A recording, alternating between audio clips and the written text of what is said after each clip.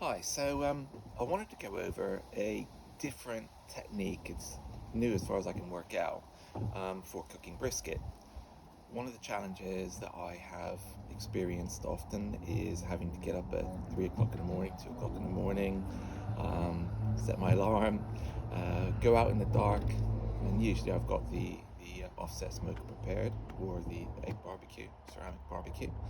Um, but it's it can be quite time consuming and not as enjoyable to be going out into the cold environment. So I was trying to work out if there was a way to be able to combine the the benefits of using an offset smoker for the flavor profile, for the bark generation, um, with the convenience of using a ceramic barbecue with a Wi-Fi controlled temperature slash airflow control system. And I realized that when I did research that nobody had discussed the option of using both together. People were either adding oak wood to their ceramic barbecue or they were just doing things on the offset barbecue. So my approach was to take the brisket, give it a 4 hour dry brine, usual SPG, and then I put it into the offset smoker at 8 o'clock in the evening, the day before I was going to be having dinner. It was given 4 hours in the offset smoker using oak wood. It ran quite hot, so I was running between 250 and 300. It's always difficult to keep the temperature absolutely stable in an offset smoker. At least that's the experience that I've been having, certainly compared to the ceramic barbecues. Um, and I then took the brisket out after 4 hours. The temperature hadn't gone up significantly. We're probably running about 120 Fahrenheit or so. So certainly before wrapping time. And I prepared the ceramic barbecue and I gave it a hybrid wrap. So rather than a pure foil boat, I used a butcher's paper, which was then lined with foil to allow the butcher's paper to be very pliable and shapeable. And what I did was I created a foil boat around the brisket, as you can see on the video, hopefully, and I left it open at the top. So during this brisket cook, the brisket it wasn't wrapped fully at any point in time.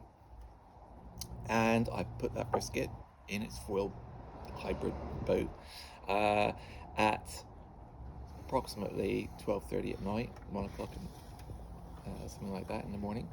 And I closed the lid. I was running normal charcoal in the ceramic barbecue. It was running at 235 Fahrenheit, very stable temperature. And it stayed in there for 15 hours. I did experience a very weird stall that lasted 6 hours plus. Didn't expect that. That was quite unusual. I've not experienced a stall quite as heavy as that before. And I was probing through the process because after 9 hours, I was thinking, well, this has had a good amount of time. This has been cooked. The temperature should be coming up. It should be getting tender, and it wasn't. It wasn't really getting. The temperature wasn't coming up pretty much. It was hovering around the 140, 150 mark. Got up to 160 at one point in time, and then went into reverse. Dropped about 10, 15. So I had to take a decision when I was probing the brisket at a temperature of 190, so well short of the 203 that seems to be recommended, and it was feeling very, very tender. And I know people say that you have to be able to take a decision by the feel of the brisket and how it's probing. So I did take it out and I put it into rest for 3 hours in a cooler box, and it turned out amazingly well. So this may be a function of it getting a longer time at a lower temperature because it wasn't wrapped. The temperature couldn't seem to build up so much inside the brisket. It was escaping out of the surface of the brisket. But it turned out really, it's quite possibly the best brisket I've done, I would say, so far.